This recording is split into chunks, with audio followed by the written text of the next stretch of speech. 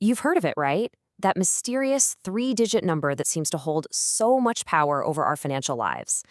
Look, if you've ever felt like your future is being decided by some secret formula you just don't get, you are definitely not alone.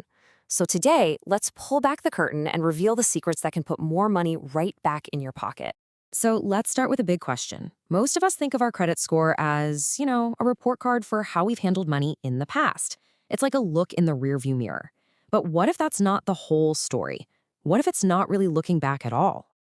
In this explainer, we are cracking the code with 5 key secrets. We're going to start with what your score is really looking at. Then we'll uncover the secret utilization target they never told you about, show you why a common, responsible move can actually hurt your score, and finally, we'll connect it all to what matters most, the actual money you could be saving. All right, secret number 1, and this one is a biggie. It's a foundational shift in how you should think about your score. It's not about your past. It's all about predicting your future. See that keyword right there? Predict. Lenders aren't grading you on what you did. They're trying to figure out what you're going to do over the next 2 years. This is why even one late payment can have such a huge impact. It's not about messing up a perfect record. It's about signaling a potential future risk to them. Okay, so now that we know your score is basically a crystal ball for lenders, let's talk about the second biggest factor in it, credit utilization. Now, this one thing makes up about 30% of your score, but the common advice you've heard about it, well, it's probably wrong, or at least incomplete. You've probably heard this a million times. Keep your credit card balances below 30% of your total limit. And hey, that's not bad advice. It's a decent starting point for keeping your score healthy. But if you want to play in the big leagues and get those top-tier scores, 30% is not the goal. The real goal for the best possible scores is to keep your utilization under 10%. Why? Well, because lenders see it as a sign that you have access to credit, but you don't need to use it. That makes you seem like a much, much lower risk. So you can think of it this way. 10% is the new 30%. So how in the world do you hit that 10% target, especially if you use your card for everything? Here's the trick. You pay your balance before the statement closing date. Now, that's the day your issuer finalizes your bill for the month, and it's almost always different from your actual payment due date. Since they only report your balance once a month, right on that closing date, paying it down just before means they report a really low or even a zero balance. It's a super simple move that can have a huge impact. Okay, let's get to secret number 3. This is honestly one of the most common and counterintuitive mistakes people make. You finally pay off an old credit card you never use, and you think, great, I'll close the account, be responsible. But that can actually come back to bite you. Let's just walk through the math here. Before, you've got a $2,000 balance against a $10,000 total limit across all your cards.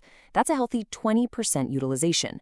Now watch what happens. You close an unused card that had a $5,000 limit. Your balance is still the same, but your total credit available just got cut in half. Instantly, your utilization doubles to 40% and your score takes a hit. So it's a double whammy. You spike your utilization, which remember is 30% of your score, and you shorten the average age of your credit history, which is another 15%. So unless that old card has a crazy high annual fee, it's almost always best to just keep it open, even if you don't use it. Secret number 4 is all about tackling a common fear, the dreaded hard inquiry. So many people are scared to shop around for a mortgage or a car loan because they think every single application is going to ding their score. But that's not how it really works anymore. The new scoring models are pretty smart. They can tell when you're rate shopping for a single big loan, like a mortgage. So if you put in a bunch of applications within a short time frame, usually somewhere between 14 and 45 days, the models are designed to bundle all of them together and treat them as just one single inquiry. So the bottom line here is don't be afraid to shop around. In fact, you absolutely should. Go for it. Be aggressive, compare offers, and just get it all done within a few weeks. Finding a better interest rate is going to save you way more money than the few points you might temporarily lose from one little inquiry. And that brings us to our final, and honestly, the most important secret. Why does any of this stuff actually matter? Well, it all comes down to the bottom line, the real cold, hard cash in your wallet. Let's just look at a mortgage, for example.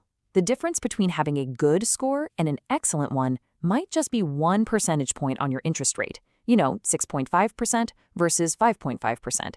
It doesn't sound like a lot, does it? But just follow the numbers down. That 1% difference saves you over $250 every single month. And the total difference over the entire life of that loan? It's a staggering $72,520. Think about that. That's a new car. That's a college fund for your kid. That is the real-world cost of a lower score. Or maybe a better way to look at it is it's the incredible savings a higher score can unlock for you. So let's do a quick recap of the 5 secrets we've uncovered today. First, your score is about the future, not the past. Second, you want to aim for under 10% utilization. Third, don't close those old paid-off accounts. Fourth, shop for loans aggressively in a short time frame. And finally, always remember, a higher score translates directly into thousands and thousands of dollars in your pocket. By understanding these secrets, you can stop just watching your score and start actively shaping it. So the final question isn't for me, it's for you. Knowing what you know now, what's one small change you can make today to start using this powerful financial tool to your advantage?